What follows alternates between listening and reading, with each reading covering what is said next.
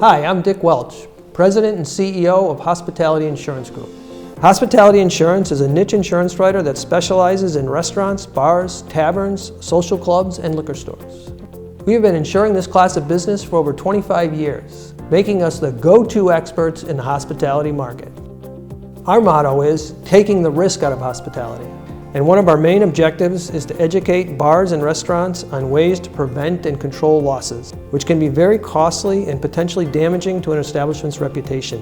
Establishing policies that promote prudent alcohol service is a primary element of responsible business practices. This short video is our first in a 5-part series that deals with training employees on alcohol awareness. We hope that you will find it educational and useful, and that you will share it with others in the hospitality industry.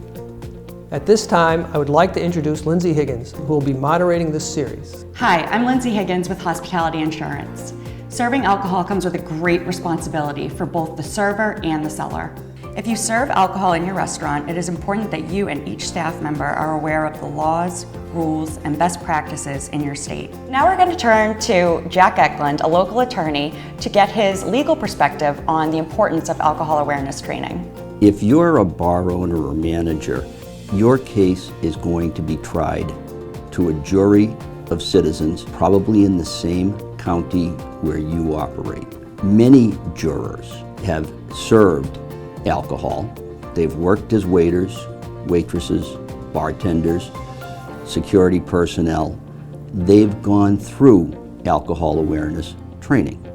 They know it is the standard in the industry, and they know that a majority of establishments require it. It's something they're going to expect.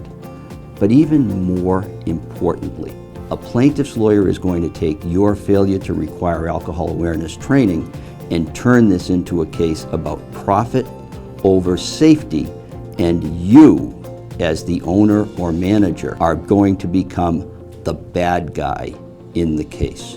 You're going to be asked the question, why didn't you have alcohol awareness training? And what's your answer going to be? It was too expensive. I couldn't afford it.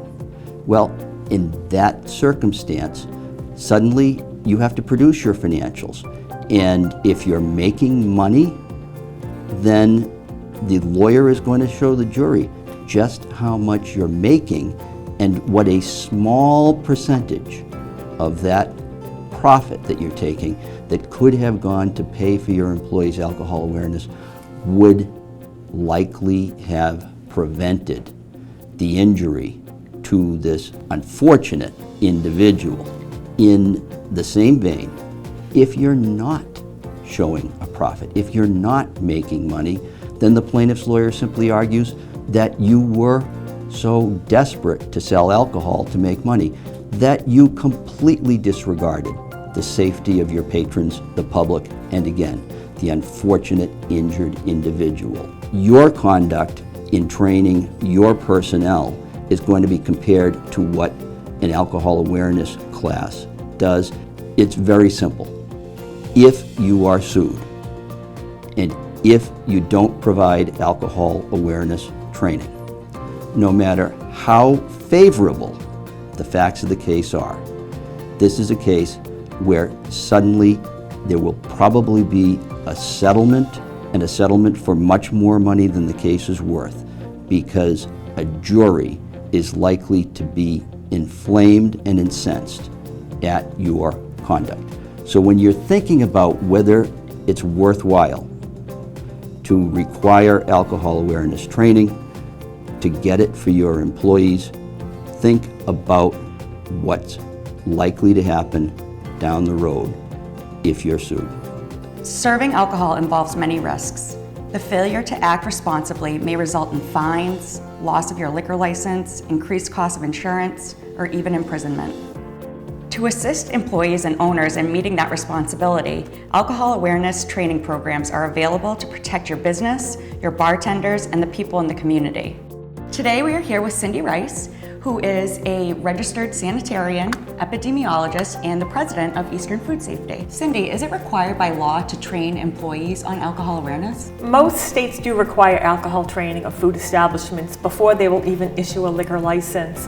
Some states have varying requirements for how often staff should be trained, every year, every 3 years, and some companies have even their own strict requirements for alcohol training. So people should really check with the liquor authority in their own state for the regulations in their jurisdiction.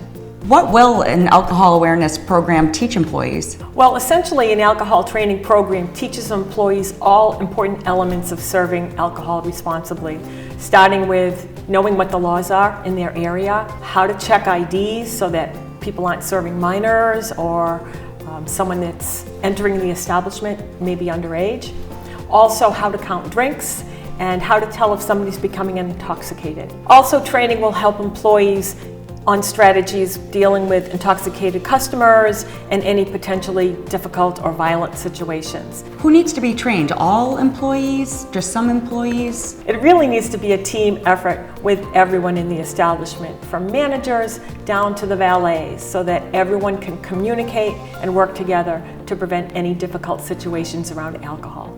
So what are we looking at cost? Is this expensive? The training is actually pretty reasonable compared to the costs that a restaurant could incur if a lawsuit ensues or has to pay damages or loses their liquor license. Hospitality Insurance Group operates in most of the New England states, plus Pennsylvania and North Carolina. They actually will subsidize part of the cost of training for Massachusetts establishments through the Massachusetts Restaurant Association. How do you know someone's intoxicated? What signs do you typically look for? A lot of time is spent on this in the training class because it's so important to know, right?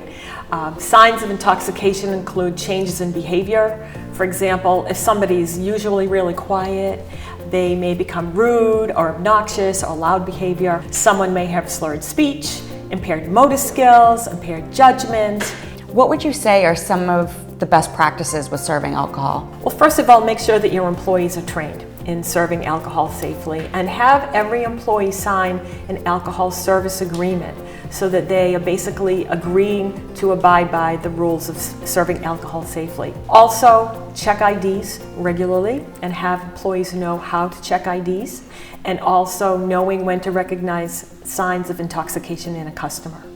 What other tips would you offer establishments for safe serving? Well, it would be very wise of them to have every employee sign an alcohol employee agreement, which is available on Hospitality Insurance Group website, hmic.com. But specifically, they should not serve drinks to anyone who is not present. Someone could be ordering a drink for a minor or someone who's already intoxicated.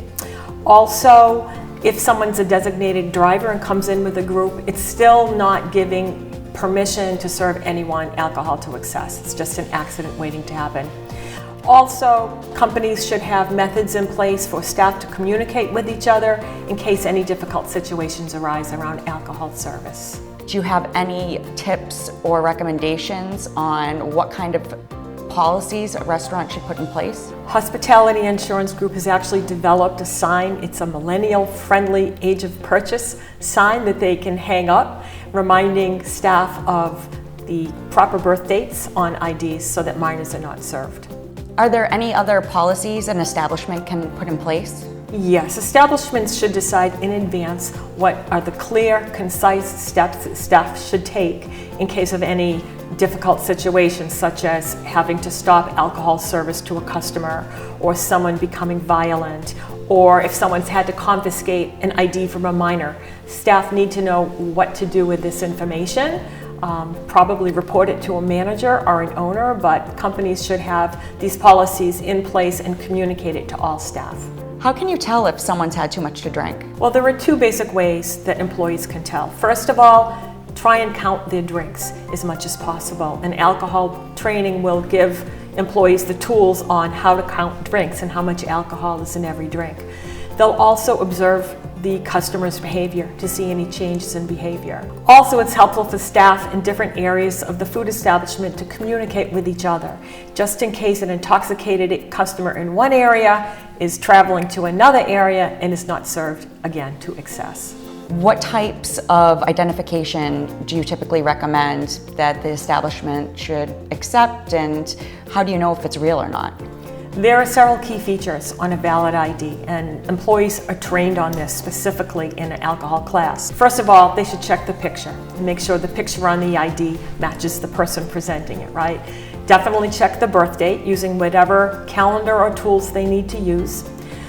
A valid ID would have a signature on it, and a valid ID often has a hologram or a barcode or state-specific information on the back of an ID. It should not be blank. There are also several forms of ID that are acceptable for liquor service. Driver's license, a passport, a military ID, not a student ID. So what should a server do if they find that someone's intoxicated? This can be a challenge. You should stop serving alcohol immediately. Do not make any excuses. You can explain that it's your company policy or it's against the law for you to serve them any more alcohol. Don't let them drive.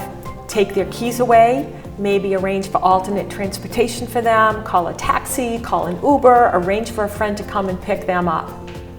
You also would want to notify the manager or other support staff in your establishment so they can back you up if necessary. Also, you may want to file an incident report describing exactly what happened, just to support the facts in case some repercussions were to occur later on. Cindy, thank you so much for joining me today and sharing your advice and tips on best practices for alcohol awareness.